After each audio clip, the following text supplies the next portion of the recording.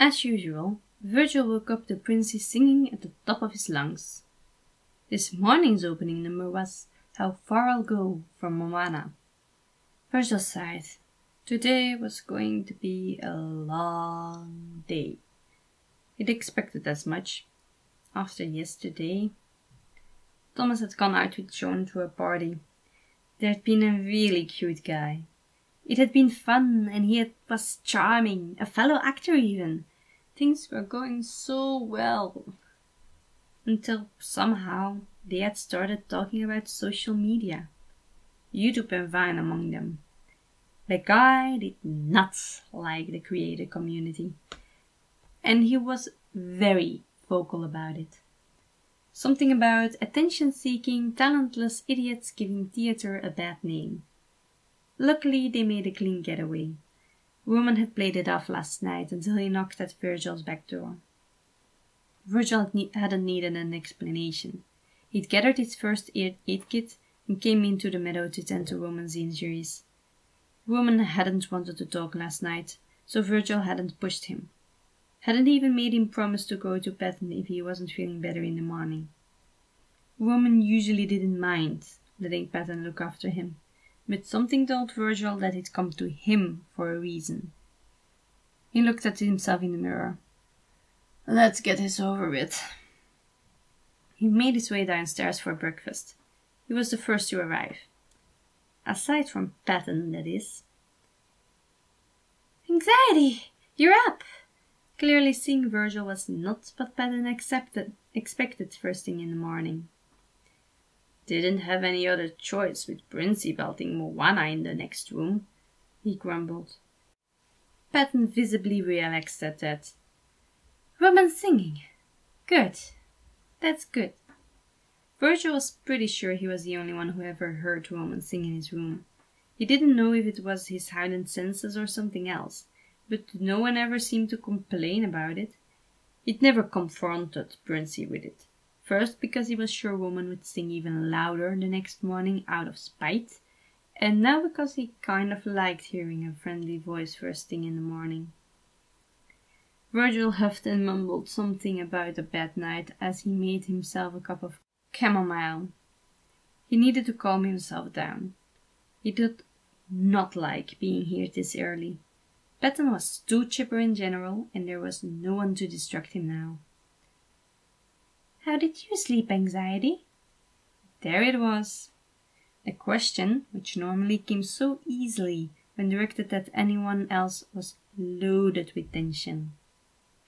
Virgil decided to stick with a shrug, hoping that it would be enough to let Patton feel like he'd met his quota of showing interest in him today. The answer was complicated. He'd been exhausted by the time he was done panicking last night, especially since he tried not to show Princey too much of his voice while patching him up. He was having a rough enough time. So once he did fall asleep, he slept like the dead, so to speak. It just took ages to get there. Once his cup was in his hand, he stalked to his seat, he got some cereal and started eating. He could feel Patton struggle with something. I can practically hear you thinking. If you have something to say, just say it, he huffed, not looking up. He heard a deep intake of breath. You were a bit too hard on Thomas last night. Of course. Well, at least he wasn't tiptoeing around him anymore. Before Patton dragged him to dinner that first time, he would be so extremely careful when telling him to soften up. Like he was going to attack him if he said the wrong thing. We've established that I do what I do and don't care if you like it or not. Thomas needed to consider these things. You might have wanted him to forget that conversation ever happened, but that isn't how real life works, he stated. Thomas had to be aware people thought those things to not get as hurt by meeting someone like that again. Pretending that it was a fluke and didn't matter was not right. Good morning, Patton. Anxiety? Unusually to see you at the breakfast table. Logan greeted calmly as he made his way to the tea kettle.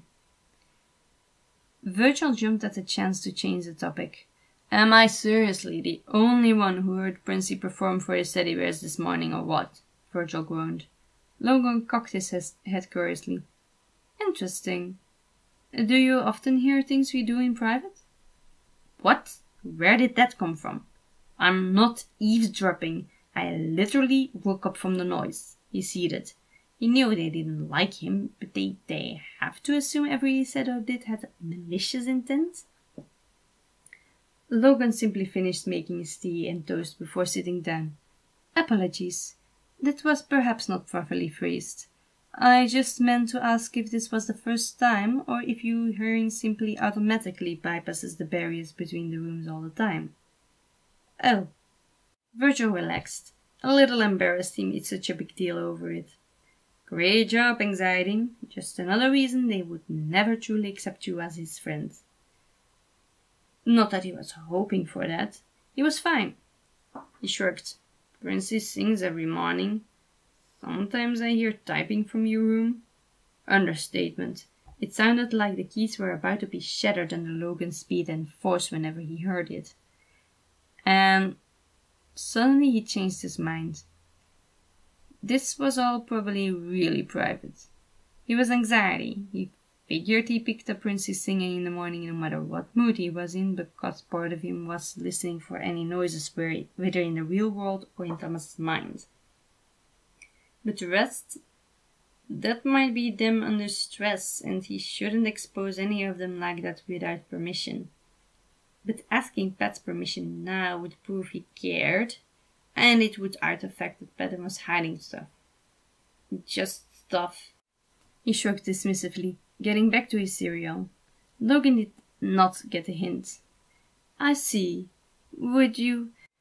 Can we keep the third degree for some other time? I'm really not in the mood. He groaned. And just then the whole reason he was subjecting himself to this came in, with a smile plastered on his face and a grand gesture. Good? No! Virgil exclaimed, turning to Roman, hiding his face from the others, allowing him a chance to check him over. He seemed alright, but just to be safe. Especially you. Just shut up. I don't want to hear another word this morning. I came down so I wouldn't have to deal with anyone trying to drag me down for family breakfast or whatever. So let's just eat in freaking silence, alright? He shouted. He wasn't really that upset, but Princey might still not be up for Patton fussing over him. So Virgil hoped that for once Patton being scared of upsetting him came true in a good way. If you insist on making noise, hum or something, just so long as you shut up for once. And with that Virgil sat back down and started eating. He could hear Patton readying himself for a reprimand, but it didn't come. He assumed either Logan or Roman had stopped him. Roman stepped down and hummed Poor Unfortunate Souls, a silent acknowledgement of what Virgil had done. Breakfast was silent, and Virgil made sure to eat slow enough for Roman to be done before him so he could make a clean getaway. Logan finished first and left without a word.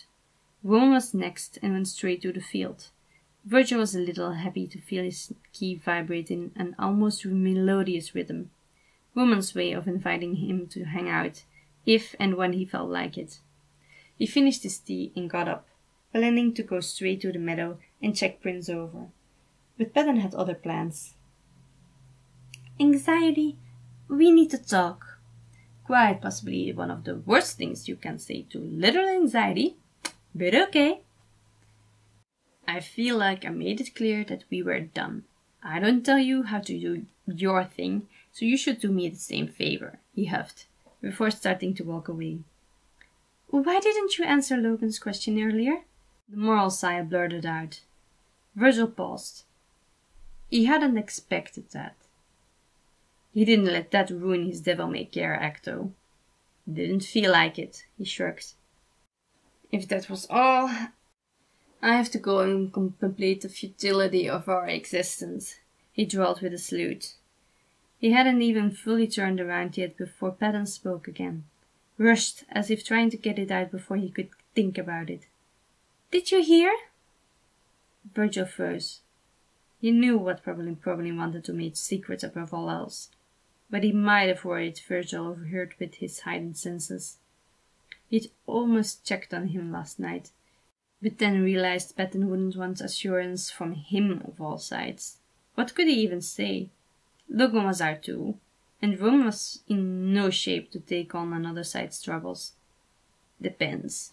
He turned back to face Patton, his face still carefully controlled, though he allowed himself to be sincere. Do you like... He was going to kill Roman for hammering on about giving others a chance.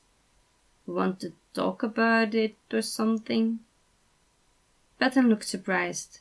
He was silent for a moment, like he was actually considering it. But Virgil could see how uncomfortable Patton was. Of course he didn't want to talk about it. Not to anxiety, at least. He hated how much that hurt. What did he expect? Then I guess I have no clue what you mean, Virgil continued casually as he disappeared up the stairs, not even waiting to get to his room before opening a door with his key. It was risky, he knew, but he needed to be somewhere no one could bother him. Virgil, you came! No one except Princy, but he was a special case. Virgil smirked at Roman as he walked over to sit beside him. The relief in Roman's voice and face was unmistakable. Of course I did, idiot. You didn't think I was actually mad at you, right? We've had enough fights for you to know the difference, I'd say, he teased, as he leaned back a little to study the clouds. Yeah, I would have understood if you really needed a break. I know eating with us can be stressful, and I left you by yourself. Virgil sighed, knowing what Princeton was getting at. How about you?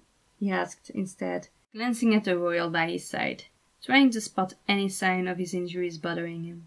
Roman sighed and rolled his eyes. I'm fine. I took off the bandages this morning and they didn't need replacing. But thank you. Not having to pretend everything was perfectly fine this morning. I needed that. How did you know? Roman wondered, allowing himself to be distracted for a moment. You only sing I Want songs and power ballads first thing in the morning when you are really down. I was honestly relieved it wasn't Go the Distance or Defying Gravity. I honestly don't know what I would have done then. Not letting Princey force himself to put on a show during breakfast for the others was one thing, but making him stay in bed would be tricky to pull off without letting the others in on what he was doing. You heard me sing. And you know my mood by what songs I pick? Roman sounded moved for some reasons. Yeah, I think it has to do with being on alert in the morning or something. And I can hear you and the others in your rooms when you guys are anxious, I guess. Logan was a nightmare during finals, he jests. And I learned your mood playlists, because it was useful to know when to avoid you and when I could push your buttons a little. I just use my knowledge for good now, I guess. Roman gave him a playful push. Aw, don't lie. You were secretly worried about me when I sang my sad Roman playlists, he teased. Virgil just rolled his eyes. Whatever. Patton didn't give you a hard time over this, did he? Because I can talk to him later and get him to lay off. I can make an excuse. Virgil waved him off. I'd never let you straight up lie to Patton for me, Ro. You know that. And I let it slip that I heard you singing in your room. You know, to make them think all is fine and dandy. And Logan pointed out that we're not supposed to hear what happens in each other's rooms and wondered if I overheard stuff more often. I dodged the question and Patton wanted to know why. Wanted to know what I heard from his room. It wasn't exactly what was said, but Patton was allowed to choose who else knew how badly last night had upset him. Plus, Roman would feel guilty if he knew.